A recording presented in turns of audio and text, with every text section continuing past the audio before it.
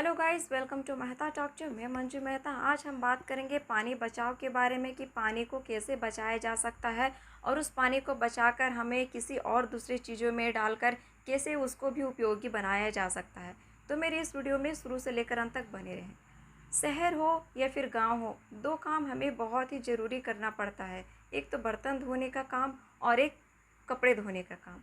बर्तन धोने में भी पानी लगता है और कपड़े धोने में भी पानी लगता है। लेकिन जो हमें बर्तन जो धोने की जो प्रक्रिया है, शहर और गांव में बहुत ही अलग हो जाता है। शहरों में क्या होता है कि जब हम लोग बर्तन को धोते हैं तो नल के पास सारे बर्तन को रख देते हैं और उसे मांजने के बाद नल को ऑन करने के बाद हम लोग एक एक करके बर्तन को धोते हैं और उसको रखते हैं। इसी प्रकार से शहर में क्या करते हैं कि मशीन में कपड़े डालते हैं, डिटर्जेंट को डाल देते हैं, उसके बाद वो मशीन जो होता है ऑटोमेटिक सिस्टम की वजह से वो खुद से पानी लेता है, खुद से वॉश करता है और खुद से वो कपड़े को सुखाता भी है। लेकिन हमें ये नहीं पता चलता कि उसमें से कितना सारा पानी उसने साफ़ लिया है या कितने सारे पानी उसने साफ़ पानी को बहा दिया है। उसी प्रकार से बर्तन को धोते हुए हमें नल में भी ये नहीं पता चलता कि कितने अच्छे पानी बर्बाद हो चुके हैं और कितने ख़राब पानी उसमें बर्बाद हो चुके हैं, ये भी हमें नहीं पता चलता। लेकिन गांव का जो तरीका है थोड़ा सा अलग है। अब आप बोलेंगे क्या वहाँ पे कपड़े नहीं धोते हैं, क्या वहाँ पे बर्तन नहीं धोते हैं, जो तरीका अलग है? नहीं, ऐसा नहीं है। गांव में भी बर्तन धोते हैं और शहरों में भी बर्तन धोते हैं, लेकिन जो गांव में बर्तन धोने का जो तरीका है वो शहर से अलग है। वहाँ पे क्या होता है कि बर्तन को एक जगह ले जाकर एक बर्तन को मांजने के बाद एक बड़े से बर्तन में पानी को रखा जाता है। उसके बाद सारे बर्तन को एक एक करके धोया जाता है। तो हम तो इतना जानते हैं कि जब शुरू बार में आप बर्तन को धोएंगे तो थोड़ा ख़राब पानी तो निकलता ही है। वो थोड़ा पानी तो ख़राब तो निकलता ही है। तो पानी को क्या कर दिया जाता है, फेंक दिया जाता है। जब हम दूसरे पानी से फिर धोने लगते हैं, दोबारा उसी बर्तन को अलग पानी से धोने लगते हैं तो थोड़े से वो साफ़ आने लगते हैं। फिर उसी बर्तन को फिर तीसरे बार धोने जाते हैं तो पूरे क्लीन पानी आते हैं। तो तो वो तो वो पानी को गांव वाले फेंकते नहीं हैं।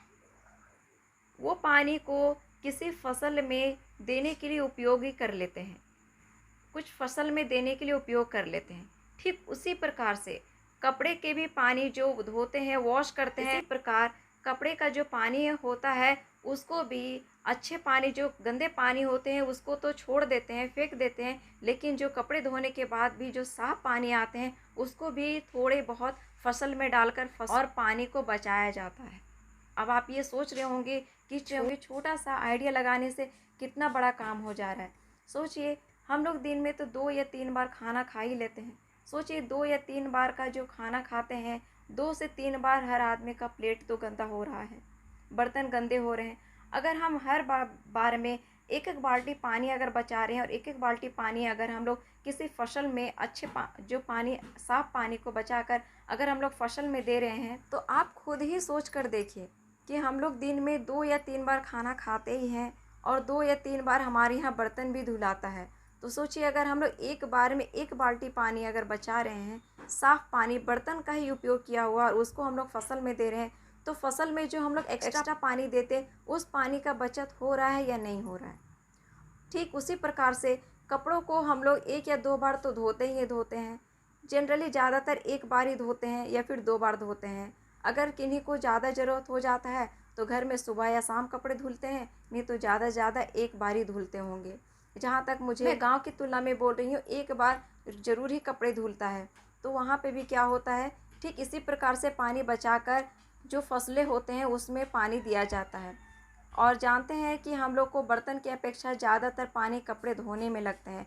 अगर कपड़े धोने में अगर हम लोग 2 बाल्टी पानी बचा लेते हैं और वो पानी को अगर हम लोग फसल में देते हैं तो सोचिए वो पानी हमारे लिए दिन भर में 3 बाल्टी पानी को हम लोग बचा कर फसल में देकर फसल को हम लोगों ने उगा लिया, कुछ सब्जियां उगा ली। शहरों में ज़्यादातर लोग गमले में भी लगाते हैं। तो पानी को थोड़ा बचाइए और इस चीज़ सारे कामों में यूज़ कीजिए, क्योंकि पानी आज के समय में हमारे लिए इतना ज़रूरी हो गया है जितना ज़रूरी श्वास लेना ज़रूरी और पानी लेना ज़रूरी एक हो गया है। पहले के समय में हमारे पास साधन नहीं था, इसीलिए हम लोग कोसों दूर पानी लाने जाते थे, हमारे पूर्वज बताए भी होंगे। लेकिन आज तो हमारे पास साधन है, लेकिन अगर अभी हम लोग सतर्कता नहीं बरते ना तो हम लोग को भी कोसों दूर पानी लाने जाना पड़ेगा। वो भी इसलिए नहीं क्योंकि हमारे पास साधन नहीं है, इसलिए क्योंकि हमारे आसपास में पानी नहीं है, इसलिए हम लोग कोसों दूर हमें पानी लाने जाना पड़ रहा है। तो अभी से सतर्क हो जाइए और पानी बचाने के लिए लग जाइए, क्योंकि अगर घर घर पानी बचाएगा तो घर घर में पानी होगा। किसी एक इंसान के पानी बचाने से पानी नहीं बच पाएगा।